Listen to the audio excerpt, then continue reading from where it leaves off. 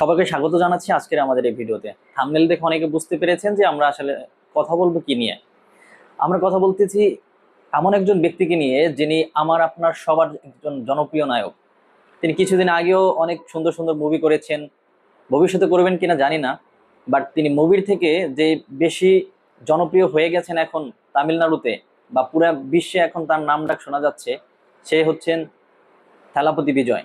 এই থেলাপতি বিজয় এমন একটি কাজ করেছেন, এমন কিছু কাজ করেছেন নির্বাচনের পরে যেটা সত্যি প্রশংসার দাবি রাখে।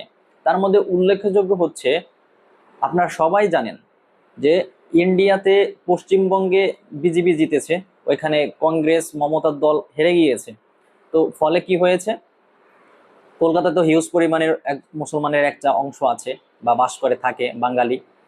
তো ওইখানে মুসলমানদের উপর এত পরিমাণ অত্যাচার হয়েছে, আপনারা সবাই অলরেডি দেখেছেন, ফেসবুকে বা ইউটিউবের অনেক ভিডিও আছে এখানে।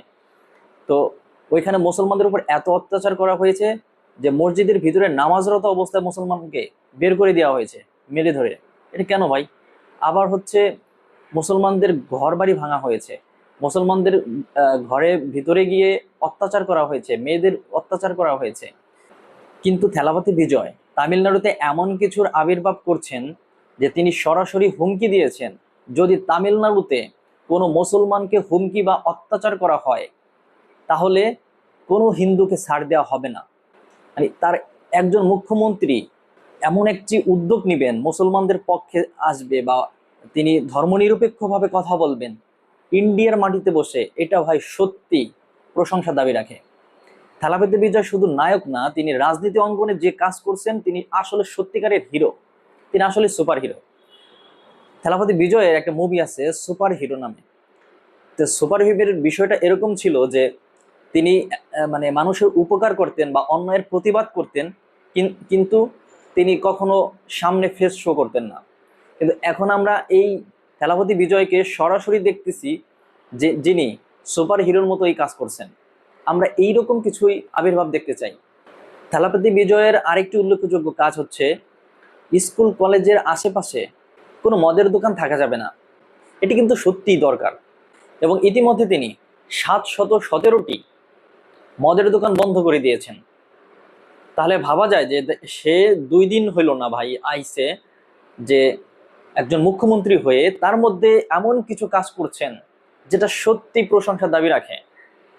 আমাদের দেশে নির্বাচন হয়, চেয়ার পাল্টায়, কিন্তু আমরা কাউকে দেখি না এরকম উল্লেখযোগ্য কোনো পদক্ষেপ নেওয়ার জন্য, 2-1জন ব্যক্তি ছাড়া। কিন্তু প্রত্যেকেই তো এমপি হন, প্রত্যেকে মন্ত্রী হন, কিন্তু উল্লেখযোগ্য কাজ কি আসলে? আমরা চেতনা থেকে বের হইতে পারি না, এটাই হচ্ছে আমাদের উল্লেখযোগ্য কাজ। কিন্তু ইন্ডিয়ার ব্যাপারে দেখেন, যেখানে 150 কোটি হিন্দু এবং মাত্র 20 থেকে 30 কোটির মধ্যে হচ্ছে মুসলিম, সেখানে মুসলিমরা এত অত্যাচারিত হচ্ছে, সেই অত্যাচারের মধ্যে থেলাপতি বিজয়ের উল্লেখযোগ্য যে ভূমিকা, এই ভূমিকাটা ভাই অনেক আশা মুসলমানদেরকে দিচ্ছে। মুসলমানরা আশাহত হয়ে পড়েছিল যখন বিজেপি সরকার তাদের অত্যাচার করা শুরু করেছিল। এখন আবার মুসলমানরা সেই প্রাণটা ফিরে পাইছে। এই থেলাপতি বিজয় তার মধ্যে উল্লেখযোগ্য। আপনারা অনেক ভিডিওতে দেখবেন বা সোশ্যাল মিডিয়ায় দেখবেন যে থেলাপতি বিজয় মুসলমানদের সাথে একসাথে রোজা রাখতেছে, একসাথে ইফতার করতেছে, শুধুমাত্র বন্ধুত্ব প্রকাশের জন্য।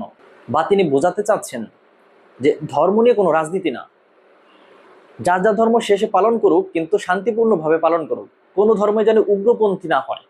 ইন্ডিয়ার মুসলমানদের উপর যারা অত্যাচার করতেছে তারা আসলেই হিন্দু উগ্রপন্থী। এই হিন্দু উগ্রপন্থীদের বিরুদ্ধে এইরকম বিজয়দের দরকার আছে। আমাদের এই চ্যানেলে পরবর্তীতে থেলাপতি বিজয়কে নিয়ে, থেলাপতি বিজয়ের উত্থান পতন, তার রাজনৈতিক মতদর্শ সবকিছু নিয়ে একটা ভিডিও আমরা তৈরি করব, খুব শীঘ্রই আপনারা দেখতে পারবেন। থেলাপতি বিজয় ছিল ইন্ডিয়ান নায়ক, আর আমাদের বাংলাদেশেও কিন্তু একজন নায়ক ছিলেন যিনি এমপি হয়েছিলেন, কিন্তু তার কোনো উল্লেখযোগ্য কাজ আপনারা বলতে পারবেন যে তিনি আসলে এই কাজটা করেছেন?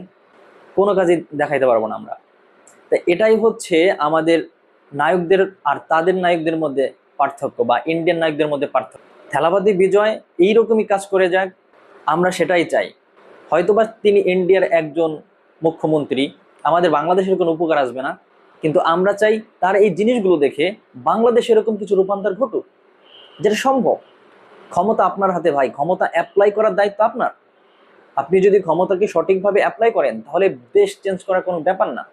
আমাদের সাথে থাকার জন্য ধন্যবাদ। আপনার মন্তব্য এবং মতামত আমাদের কমেন্ট বক্সে জানাবেন।